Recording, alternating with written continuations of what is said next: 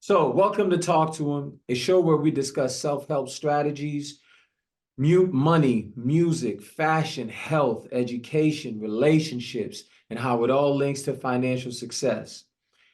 Be sure to hit that like button and also share if you're feeling us, folks. All right, share. It costs you no money just to share. Share. Press that share button. Show us some love, right? Make sure you follow us on all of our social media platforms at Shop Talk to Him and of course Talk to Him Jay. I'm your host for this show. My name is James Levesque. Talk to Him. Come vibe with me. Come vibe with me. Listen, folks, we have a special guest in the studio. Matter of fact, she's not even in the studio. All right. She was supposed to be couple of things happen, but I love it because, she's a woman of her word and, her word is her bond, So, I wanted to do something real special for, it's Women's History Month, right? And, I know a couple of phenomenal women that's just been in my life and, we gonna rock out with Miss MD. So, she is an entrepreneur, a teacher, mentor, author, motivational speaker, retired professional basketball player, right? And also, she's a survivor, folks. She's a breast cancer survivor. She is a graduate of Brown University, completing a dual major in organizational behavior and management and African studies.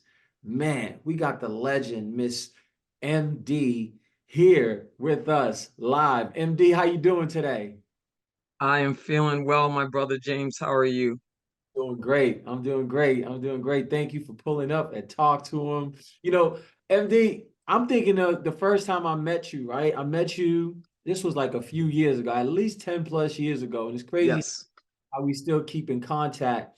Uh, there was this gentleman who was shooting this movie, brilliant gentleman, my man Todd Walker. And if Yes. you brother, I've been looking for you, Todd. In the Bean TV, in the Bean. I know. I'm trying to track him down too, my brother. I have a Lisa, his wife. So yeah, we got to reach out. We need to have a mini reunion in the Bean. Right. Being TV, right? And Brilliant.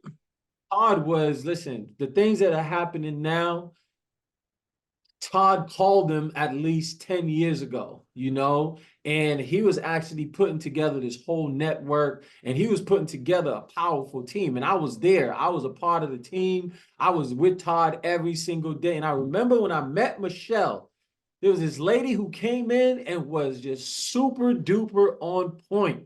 Made me, I was like, man, I had to tuck my shirt in, took my shirt in, and she was on point. And I knew Todd was just building this team, and everybody that was around him was just wonderful in their own ways. So me and Michelle always stayed in contact. And Michelle, this is actually the first time we actually, we vibed out a couple of times, but this is actually the first time, we're actually sitting down, we're talking. I don't really know that much. When I was reading your bio, like where did you grow up? Where did you grow up? Oh, okay. Yep. Oh, and a quick correction, African American studies, just so that's clear around that. It's on the website, but it was organization behavior management, African American studies. But I just wanted to, because it's different, African studies versus African American studies. So, Westland, Massachusetts. I'm a native of Westland, Massachusetts. The oldest of two siblings. My younger brother is 19 months, 8 days younger than me. We both are graduates of Lynn Classical High School and Brown University. And he also did do managing. And interestingly, we're both in the Athletic Hall of Fame at Brown, him on team merit and me on individual merit. We're working on our team who made history at Brown to be inducted because we won the first ever Ivy League championships in basketball for Brown back to back in 84 and 85. Yeah. But yeah, just grew up working class. My mom is still alive, thank God, at 82 years young. My dad passed sadly 2 weeks after my birthday in 1996 due to complications of an illness. But just miss him. Grateful that we had 54 years of his life, with us, and we have all these great memories in photo form. And so yeah, just super blessed. I mean, I come from a close-knit family. Where my mom is an only child, so we're, in terms of my immediate family, it's small, but my extended family is large, both on the paternal and the maternal side. We're just close-knit. We unconditionally love each other, infinitely love each other, support each other, call each other, regularly, like, families that say they got relationship do. Yeah, and that's me, and I'm grateful every day for my upbringing, because I understand with a strong Christian mom and a dad who knew God, but had to come along, at his own pace on his journey of faith. First of all, they're people of integrity, right? They taught me and my brother about work ethic, about keeping your word, right? Word is your bond, and just being people of good moral character and integrity. And those are the most invaluable lessons that my parents instilled in both me and my younger brother. So I'm grateful every day, because especially as I'm going into this work with Roxbury Youth Works. I just started as a youth services coordinator. I just finished this past first week of onboarding. I got a couple of more weeks of onboarding, but serving these DYS custody kids and understanding that it's not necessarily because of the lack of parenting or positive role modeling from parents or other adults in their life that they're in their current situation. It may have been spirit of rebellion, or just following the crowd or whatever. But I am grateful every day, and my brother as well would attest to the upbringing that we had, because we don't take it for granted. We take no one and nothing for granted. We count our blessings every day, and we understand, because of our family dynamics, that we are under generational blessing. So that is my full answer, my brother, about I who love it. I am and where I come from. I love it. You looking fresh. That jacket is killing him, by the way. I love it. It was like, it was a It's gift. hot, It it's was a hot. gift, it was a Yeah. gift. It has a zipper, and yeah, it was a gift. One of my dear sister friends, Michelle Mikey Miles, said, "Sis, this is too big for me. I think this will work for you." While while I was helping her with academics. Yeah. So I appreciate it. Plus, I'm you already know our brother Java with Jimmy, James W. Hills, AK Java with Jimmy, right? Today is the fourth and last day of his 4-year anniversary. So they're doing a day party at Estella. So I gotta represent in the Jimmy, Java with Jimmy colors here. Been wearing to all of these events, black, white, and red. So, but yeah, loving the conversation, loving you. And yeah, that's exactly when we met, was with our brother Todd. Great memory. I'm glad that you pulled him up, because we both gonna track him down, and then maybe we gonna have a three-way Yeah. on talk to him, so. Absolutely. So, Michelle, right? When I was reading your bio, couple of things, entrepreneur, right? And I saw that, Mission Possible Collaborative. Tell us a little bit more about Mission Possible Collaborative. What's it about? What was the Yeah, behind going behind it? Yes. yeah, sure, my brother. So I sat down 4 years after graduating Brown, realized that I really knew at age 14 that I, wanted to be in both education and entrepreneurship, and what would that look like, right, in terms of a career. So had to really like create it. So it's always been, as I'm doing now, that I'm working in, with Youth by Day and, Mission Possible Collaborative as a, secondary career. And it's been September 1st, 1990. So September 1st this past year was 33 years. The inspiration came from um the old TV classic show Mission Impossible with Peter Graves and Phil Norris, right? And from Mission Impossible, the TV series, we have, of course, Mission Impossible, the movie series with Tom Cruise and company. And so I said, Mission Impossible, I'm going to take the impossible out. And it was always mission colon impossible, right? And I learned in English that the colon means is. So the mission is impossible is how you read that. from the TV series. I said, I'm going to take the impossible out because being a person of faith and going to with God, all things are possible. I said, mission possible. And then my mind went to the Kwanzaa principles, right? And so the foundation of the business, as it states on my website, is the principle of Umoja, unity, and Ujamaa, cooperative economics. And so I said, what's a word that represents togetherness, collaborative? And I had to come up with the collaborative part because at the time, and I don't know if they're still in existence, there was a youth services agency in Boston called Mission Possible. So I couldn't say Mission Possible, right?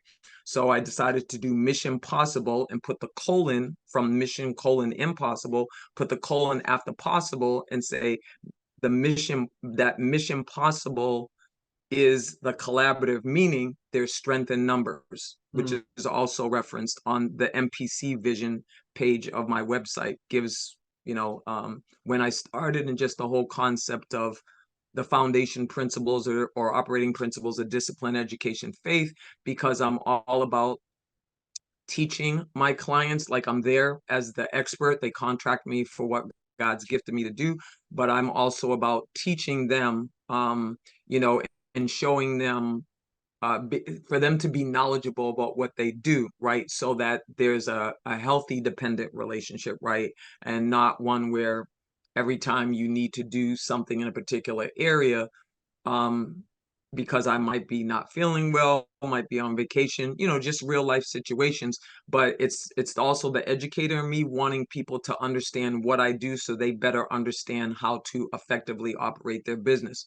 So in terms of services, it's provide creative, original, and personalized consultant services in the area of business development, which includes writing your business plan because you need to start there, with your roadmap of what you're trying to do, and all kinds of documenting or editing and proofreading. Resume writing and editing is included under business development. Then there's coaching, not only private basketball coaching, but I've recently been asked through the Brother G Boss had me and our brother James W. Hills on a panel promoting and marketing your brand this past December 2nd at RCC. And out of that, 3 sisters came up to me and said, I was so inspired by your testimony and just hearing about how you were inspired to start Mission Possible Collaborative. I deeply appreciate you consider being my business coach mentor. So now I'm falling into not just private basketball coaching, but teaching from my experience, which I'm glad to do, right? And I'm also certified as an entrepreneurship teacher with Nifty. So easy for me to do, along with the blessing of being in business for 33 years. So again, it's business development, coaching, tutoring, as in private academic tutoring. You and I have that in common with what you do at Talk to Him Incorporated. And then desktop publishing and marketing and public relations. So I'm able, per the gifts that God's given me and experiences and what I thrive in doing, to be able to help aspiring entrepreneurs and small businesses specifically, right? And also specifically BIPOC aspiring entrepreneurs. And because I'm all about my people, my culture, my community, and wanting us to work toward community and generational wealth. So that's the full essence of what Mission Possible Collaborative. I'll service anybody, but my primary focus is to uplift my BIPOC, folk, so that's Mission Possible Collaborative. You know what, Michelle? You touched upon it a little bit. You said that, you played basketball at Lynn Classical in high school, right? And also at Brown University, right? We're not going to talk about how cold you was on the court now, right?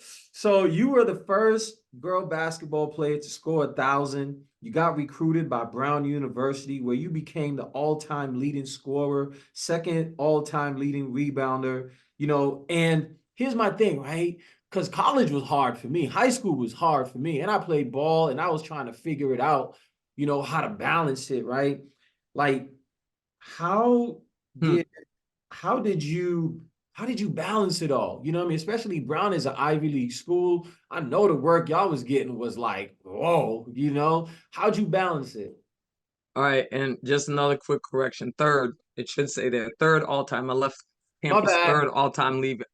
Just got respect because my teammate 1985 was the all-time leading scorer when I left. She graduated a year before me, and then right now I'm proud to say African American Christian sister Vita Shields, who I can't remember Vita's graduation year right now, but an African American sister and an African American brother on the men's basketball team at Brown, both right now are the all-time leading scorers, and I'm super proud about that as a Black alumni of Brown. That people, student athletes of color on both the men's and the women's basketball team are the all-time leading scorers.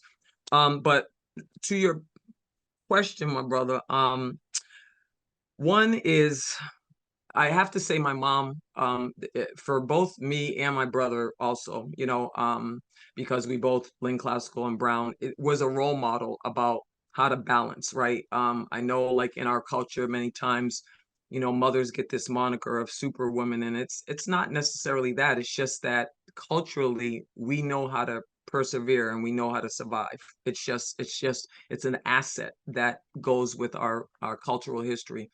Um, but yeah, just watching her do what she did, and I think that one thing that was clear was not only from my parents, but especially my mom being the lead household manager and my teachers and coaches. It was clearly understood because basketball is extracurricular activities, right? You're a student athlete, not an athlete student, right?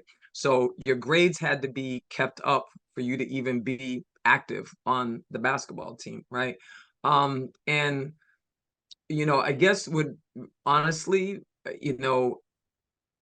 for both me and my brother, again, I got to say this because we both went through this. We played organized sports at a young age. We played Little League baseball. We were like 3-time conference championships in Little League baseball, right? And that was like at 10 and 12 years old. So you're talking like elementary school age, fifth grade, right? We had Little League practice, ones during the week, games on the weekend, never on Sunday like it is now, which is I appreciated. So we learned at a young age, from Little League baseball through junior high school and then the high school, how to both maintain our grades and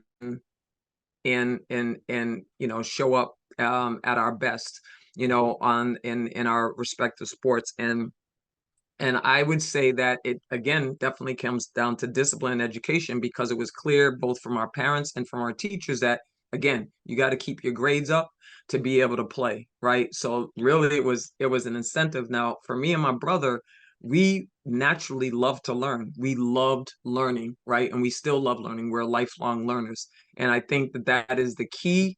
And I say it to all of my young people that I've mentored over the years and currently mentor.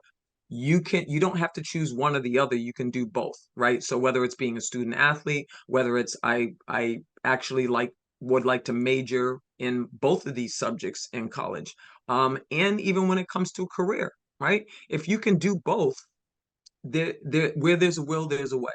That's what I'm gonna say to wrap that up, right? Where there's a will, there's a way. So but it definitely came down to discipline, right? And executing the discipline and maintaining the discipline. That's how it gets done. No, you absolutely correct, right? And that's was going to be like my follow-up question was that do you think, in your opinion, with the work that you do with young people, do you think that do you think young people are more focused on, especially in today's society, do you think they're more focused on athletics than they are academics? Uh, that is that question. I say yes, but I think it's, each person, it's different, right? My brother James, because I'm seeing it's not only athletics, it's this whole identity crisis that our young people are going in around, like belonging, right? Which is why some of them are involved in unhealthy gangs. Gangs in and of themselves, when we think back to our parents, our grandparents, even probably our great grandparents, gang to be down with the gang, like Cool in the Gang, right? The music group, or when you think of the Little Rascals, right? They had a moniker, like they were a gang, but they were friends, right? They weren't out there robbing and stealing and, doing all this craziness. So I think it's not just athletics that our young people are prioritizing, but also like this sense of belonging. Like, I gotta have something, like the fresh whatever new clothes, the material things in there.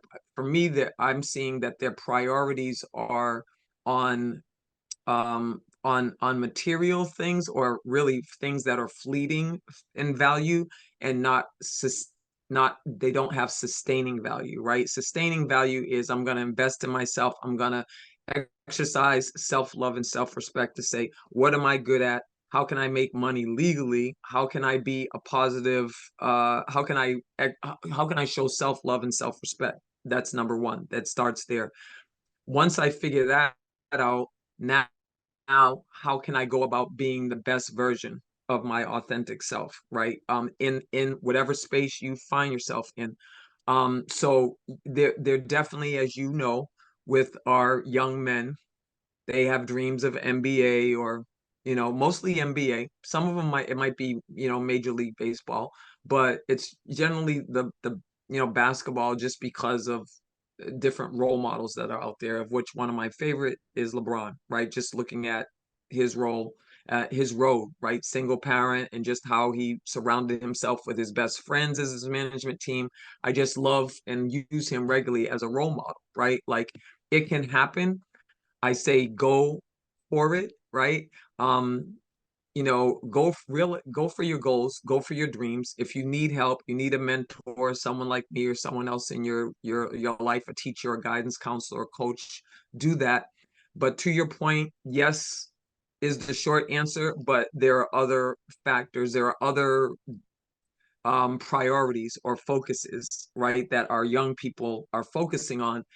And the one thing that I see that they're missing is they need to start with self-respect and self-love, and having a healthy viewpoint of what that is. Not that it's about the material things or who I'm hanging with, you know. It's not about that. It needs to be more internal, and I see it being more external, what our young people are, yeah. So I agree. I definitely agree. And I think, like, a lot of time it's exposure, right?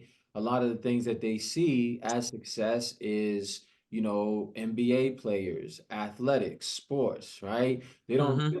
really, nothing is really pushing them to be like scholars, even myself as well too, coming up, I, as a newcomer coming into the States, you're watching basketball, you sit watching the music video, you're like, oh man, these guys are super cool, you know what I mean?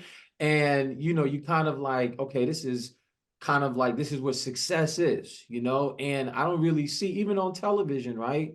Other than sports, how many African American men do you see on television that's not in a sports role, that's even being as like a role model? You know what I mean? Let's take sports out of it, right? How many do you see? You don't really see that many. It's not even really promoted. So a lot of the time, young people think that, hey, it's only because I could only be, if you're not, if you're not on TV, if you're not playing basketball, if you're not shucking and jiving, which is nothing wrong with that. Absolutely, there's nothing wrong with that. Mhm. I think, you know, like, yo, why not push kids towards like political area, coding, computer science, financial, Entrepreneurship, entrepreneurship, right? I mean, we look at, to your point, it's definitely about exposure, right? Because if they don't, if their window is like this in terms of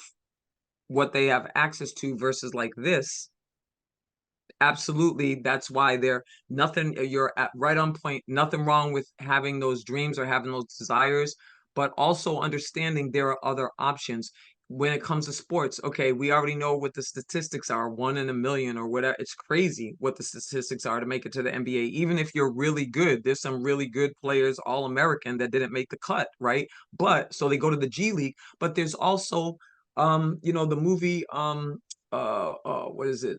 Just Right, with Queen Latifah and Common. Right. showed like you could be a high paid, a six-figure paid sports trainer and still be involved with the NBA, right? Just thinking like that, you could be a coach. You could be a Robert Lewis who founded BET. Both him and his wife are billionaires right after they sold BET to Viacom, right? And they're off doing other things. Then you got a Robert Lewis, our other brother billionaire, well, Robert Smith, I'm sorry, that, paid off all the Morehouse 400 graduating class, paid off their financial debt because he's a billionaire in entrepreneurship and what he does. Or just the folks that Black Enterprise. I had the blessing in my graduating class at Brown, Johnny Graves, the second oldest son of the founder of Black Enterprise magazine. And I had the pleasure of meeting Earl Graves Sr. He's now passed on. It was complications of Alzheimer's, but I had a great life, 80 some years. His legacy continues through his Earl Graves Jr. Johnny's still involved, even though he's in, a different space other than the magazine. But those are the role models. It's all about putting that out there to people, even you, my brother. Just when we're talking about local, like it doesn't literally have to be someone that's out there or that we see in the magazines or on TV. Look in your own community. Look at a Sarah Ann Shaw. Look at a Robert Lewis that's getting ready to be honored. I forgot. I just saw that he's getting ready to be honored for a community award. A Tina Cherry. I was just at the Red Cup Awards yesterday with our brother James W. Hills, Louis D. Brown Peace Institute. How she was able to come through, her son on his way to a peace rally and he gets, gunned down and killed, and and how the courage and the strength to move on. Those are our sheroes and heroes that we need to be looking at. So we have a plethora of it, and that's why I also, and I know you do too, are encouraging our young people hashtag know your history, right? Because we have such a rich history and there is so much wealth. When I just think about Boston alone, like Yeah. the connections I got in Boston alone, we talked about our brother Todd Walker, our brother James W. Hills. There's Cindy Diggs. I mean, there there's just so many, So I totally 100% agree with you about it's about exposure, and the more that we can expose our young people to platforms like Talk to Them, Java with Jimmy, do that mentoring thing, reach out a hand and say, yeah, let me go over here and volunteer at the Boys and Girls Club or the YMCA or teen empowerment or wherever, so that we can pour into our young people. We can all do our part, but ultimately it still ends up being their decision what path they choose and what path they go down. So, yeah, but 100% agree Yeah. with you on that point, my brother. Yeah. I know we're a little bit short on time, right? And this is gonna be my Yeah, you know what? I'm gonna let you go. I want you to finish your thing, so I can extend to 12:15 because it's the day party's till 5, but I wanted to. It was important for me because we've been wanting to do this for a minute, a long minute, and I was like, no, I ain't cutting it short. It's all good. So we gonna finish. We gonna get our hour in. all right, cool. So okay, so here's the thing, right? Here's the thing. I was doing some reading, right? And I would say like I just started becoming an avid reader, right? And I read this interesting stat. It said the illiteracy rate in the inner city, right, is about 70%, right? Meaning that Mm, 70% of, let's just say, Black boys can't pass a basic reading test, right? mm. Crazy. Let me ask you this. How do, with the work that you're doing, right? How do you think we get, our boys to, and our girls as well too, how do we get them interested in reading? How do we get Oh, I got a great plug. That's a plug right to my MPC associates on my website. Our sister, I'm gonna say our sister because you know by name Alda Marshall Witherspoon, oh, shout who out to Mayor, all. Yes. you already know that Yeah. Mayor Menino tapped to be the first African American lead in the Office of Arts and Culture, right? City of Boston. She, in 2006, established the Witherspoon Institute. So once she left City of Boston, she's been doing the Witherspoon Institute. And due to the COVID crisis, she, in response to the learning loss that happened with especially our BIPOC young people, she established this program, Get Lit, right? And so the motto is read, write, ignite, get lit, right? And so once a month at BPL Roxbury, we basically have a book club party.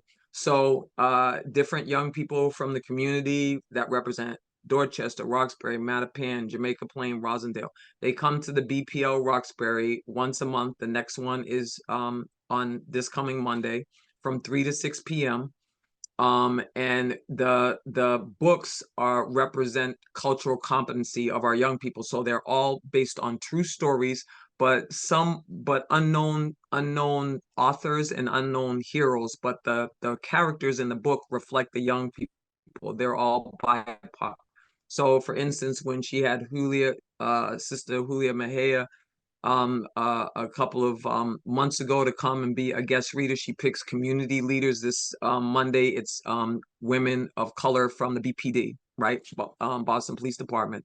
And so she just saw that there was a gap, and so she did joined in on this research project with, it was Harvard, Johns Hopkins, Dartmouth, and just, they were all saying the same thing. Like, kids lost about anywhere from a year and a half to 2.5 years of literacy and reading comprehension because of the COVID crisis, right? And the hybrid learning, especially when we're talking about our BIPOC young people that didn't have access to technology.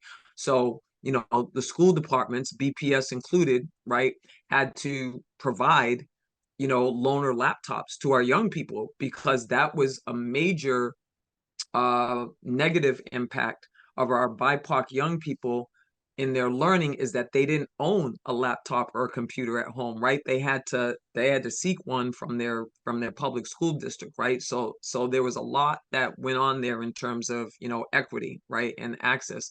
But she's doing wonderfully well. Like, this is she started the program was February 2023, and where there's a complimentary tutoring program that goes along with Get Lit, that we're in the process of partnering with BPS and hoping to establish this community learning center within a BPS like school, right? Where we can literally, the Get Lit program is the cornerstone program. Like, that the center that's underutilized because we've had a meeting over at with Jesse Purvis over in Boston City Council President Ruth Luzien's office a few weeks ago. So we're working on establishing a center and looking into grant funding. Like, we've identified grant funding that's specifically for that, to establish that and get our young people, right, especially again our BIPOC young people, back on track with that. So how we make it engaging is there's a DJ. He's spinning music. He's spinning music from their era. He's spinning old school music. So we're doing like the generational gap connection thing with, like, yo, this is the really good music of our day, and we know this is some of your good music over here, like a Nas, Yes You Can, right? And it's just really engaging. So it literally is like a book party. So it's a DJ. We do a welcome circle.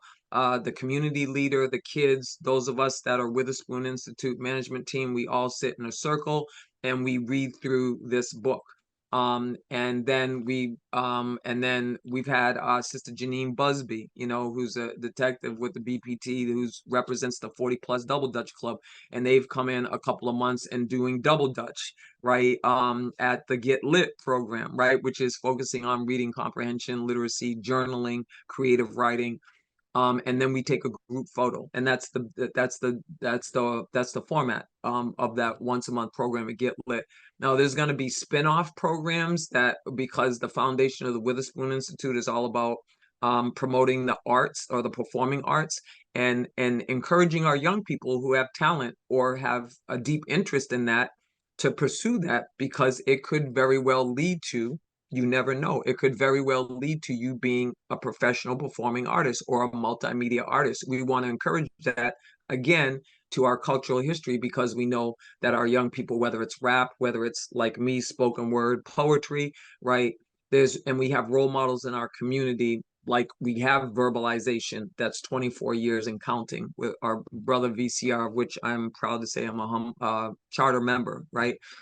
So we have these spoken word groups and we have the resources in the community. Again, to your point, my brother, about where our youth are, it's all about access and knowledge about what resources are available that you can tap into. And many of them are free, especially at the BPL. Everything at the BPL is free. So we just need to get our families, which means parents and kids included, knowledgeable about the resources that are in their community to tap into, right? Those resources for what they need, right?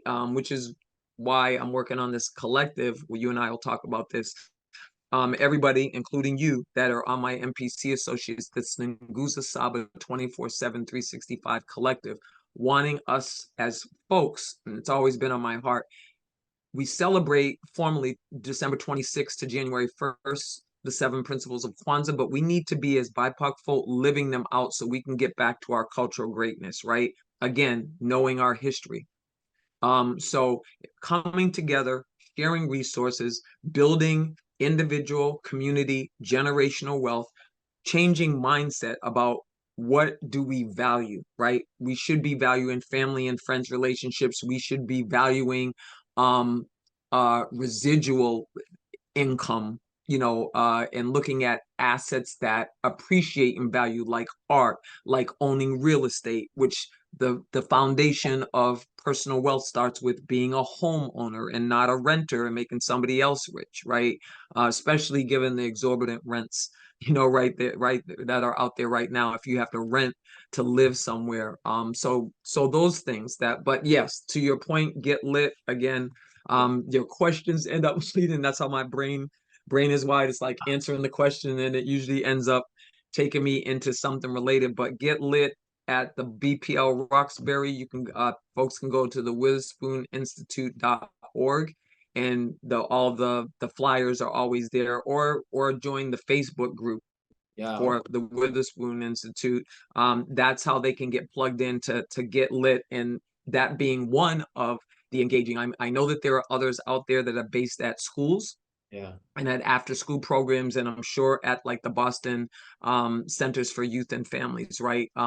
But know that because I'm involved with that one, that Get Lit is one of the programs that we have that's engaging, that involves music and just making it fun and engaging for the kids to want to repeatedly come, right, to that, and to come out to the community events that we have at the Witherspoon Institute, because of the fun and engaging experience that they have with the Get Lit book club. So yeah, we definitely want to be a part of that, and just support it as well too, because that's something that's really, whether it's just posting it, whether it's just pulling up, just showing, promoting it.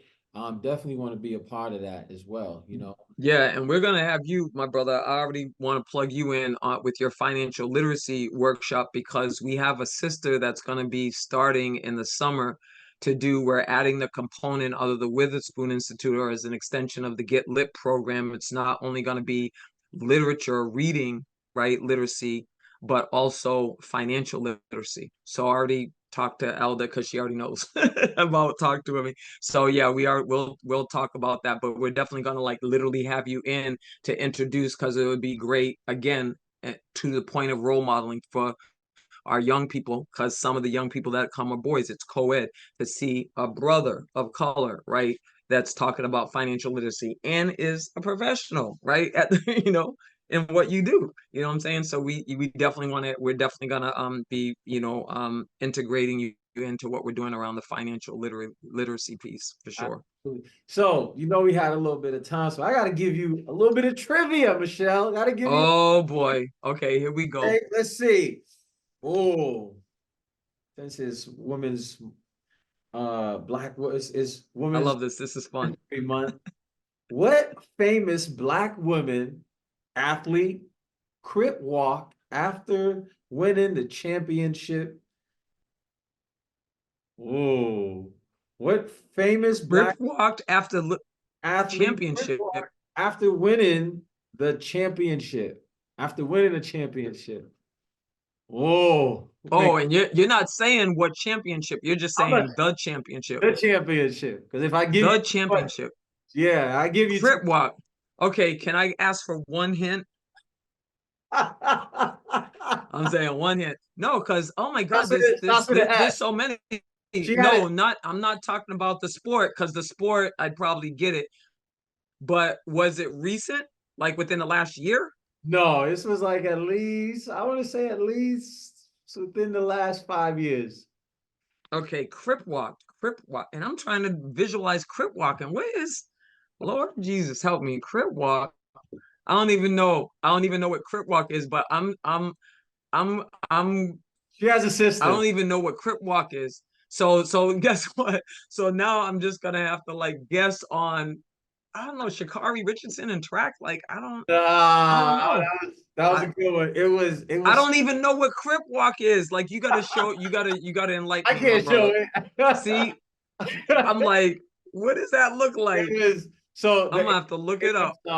it was Serena Williams after she won the Okay, that's who I was going she was in my mind because okay, so crip walk. So but tell me what does that look You know, seriously? it's like I a don't even West know. Coast, it's like a West Coast bounce, you know what I mean? They be quick walk. Oh, like that West Coast. Yeah, Oh, okay, yeah, yeah, yeah. Oh, yeah. that the like the hip hop. Yeah, yeah. Okay, okay. I got you. Yep. Now I know what you're talking about. No, because I remember it obviously because one of my favorite all-time athletes, and due to that point, excellent role models, right? Just their journey, their testimony, her and Serena, and how they Southampton, LA, and just don't we can't even go there. But yeah, all right, Serena. So at least I can feel good about Serena was on my mind, but because I'm thinking hip hop, in my mind, I'm thinking hip hop, and I'm like Shakari Richardson because everything she just went through with track, right? And then she just won, Yeah. this last major, like the outdoor invitationals in Eugene, Oregon.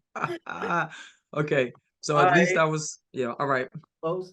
So Next one. let me ask you this question, and Mm-hmm. this is gonna be leading towards our final question, right? So Okay. is what is MD Smith definition of Black excellence? Oh my goodness. Okay. Bullet points. I already said it earlier. Know your history, number one. So the foundation of your history. Look at all the role models from the past. Then when we bring it present, it's about you again tapping into self-respect, self-love, self-reflection, identifying what you naturally do well and to always strive to do what you do Mm-hmm. well, Mm-hmm. which is why, to the point of my business email signature, always striving higher. So when it comes to you, right, the past is know your history, the present is you, self respect, self love, self reflection, self identification. And then always striving higher is always about being my personal philosophy, a student of life and a lifelong student.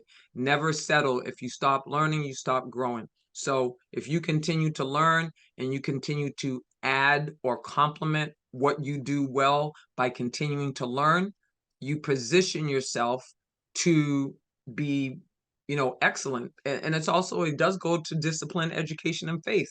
My principles for Mission Possible Collaborative. If you have discipline, if you're committed to education, educating yourself, like again, lifelong education, and you have faith in yourself, right?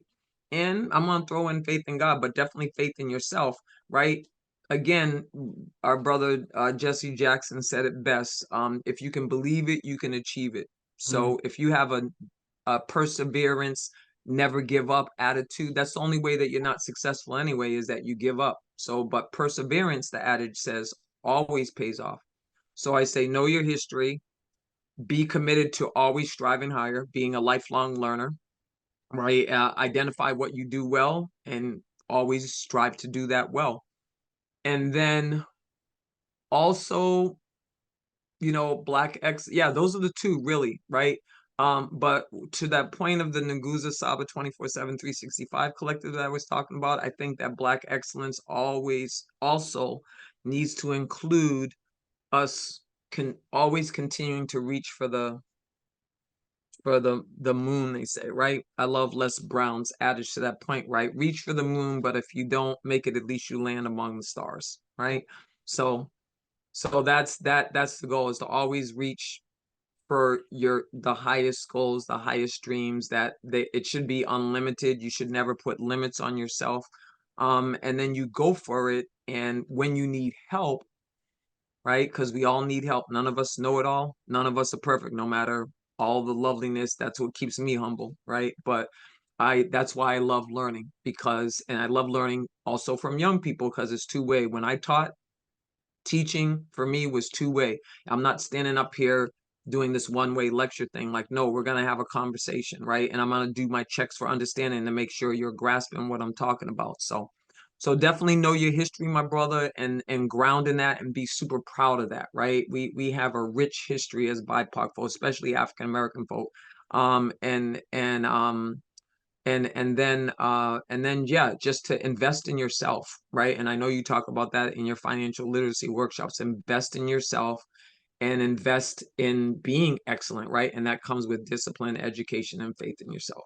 Yo, Michelle, we're gonna leave it at that, man. We're gonna leave it. Yo, But I am gonna end. I'm gonna end this, my brother, with to the point of being an author, and one of my 5 spiritual gifts, encouragement, which is exhortation, ministry of help, servanthood, and then teaching, giving, knowledge. But have to end on this. This is my shortest poem. I call it my legacy poem, because for any young people, or even adults that are out there, just want to encourage people to about what it means to live and leave a positive legacy. So from the heart goes, from the heart purity, from the heart creativity, from the heart you own, from the heart nothing is for loan, from the heart you're bare, from the heart develops quote unquote your love affair, which is whatever you're passionate in life about doing, including true love. From the heart all is well. From the heart you have a legacy to tell your legacy well. We're gonna end it off that, Michelle. Live, love, light. Oh, holla, Michelle. I had to do it. I had to do it, my brother. Yeah. Oh, Uh, that was dope. That was this was rich. This was rich. You already know.